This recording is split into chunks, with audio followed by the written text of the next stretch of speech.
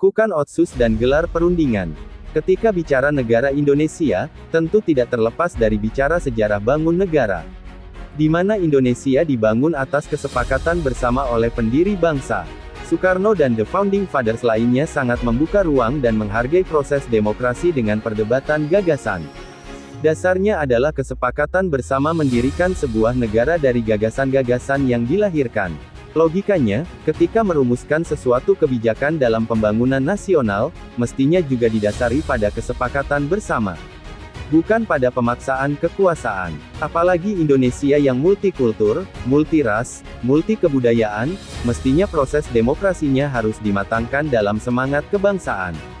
Bukan pemaksaan kehendak mayoritas, seakan-akan mewakili kaum minoritas dalam kebangsaan. Tragisnya, kebijakan yang diambil justru merugikan kaum minoritas. Demokrasi dan penghormatan pada kebinekaan mestinya dihargai sebagai upaya untuk memajukan dan penghormatan hak asasi manusia, HAM. Semangat itu, kemudian lahir yang namanya konstitusi. Dalam konstitusi, pasal 1 ayat 2, menyebutkan bahwa, kedaulatan di tangan rakyat dan dilakukan menurut Undang-Undang Dasar. Terhadap pasal ini, yang pembatasannya jelas pada UUD 45. Untuk itu, mari kita berpegang pada prinsip-prinsip dasar konstitusi yang dirumuskan dalam tujuan nasional, yakni pada pembukaan yaitu, 1. Melindungi, 2. Mensejahterakan, 3. Mencerdaskan, dan 4. Penertiban. Jika merujuk pada semangat konstitusi di Indonesia yang dikenal dengan UUD 45 itu, apakah UU No.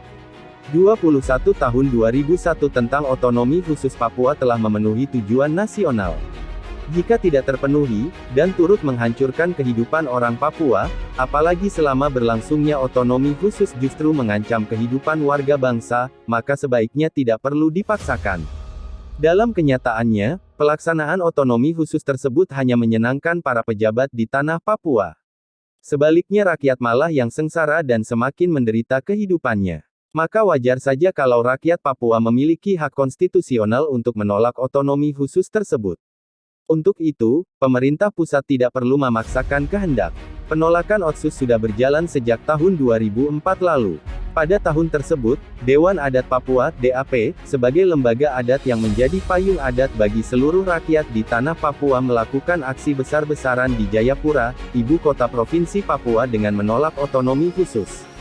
Rumusan Otsus tidak mempertimbangkan aspek kekhususan Papua.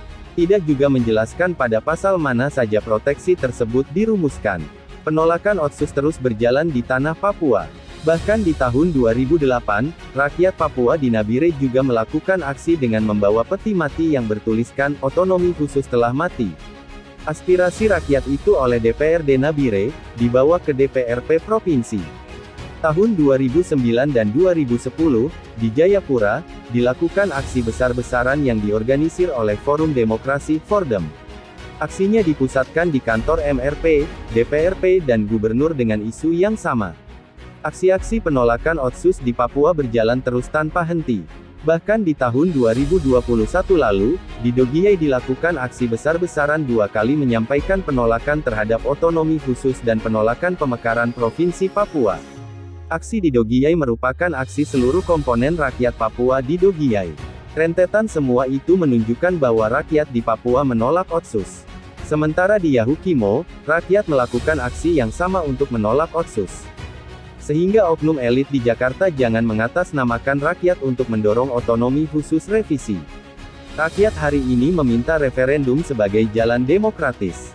Padahal semestinya ketika rakyat menolak Otsus, DPR di Senayan harus mendengarkan aspirasi rakyat. Bersikap menyuarakan aspirasi rakyat, karena esensi daripada parlemen adalah perwakilan rakyat.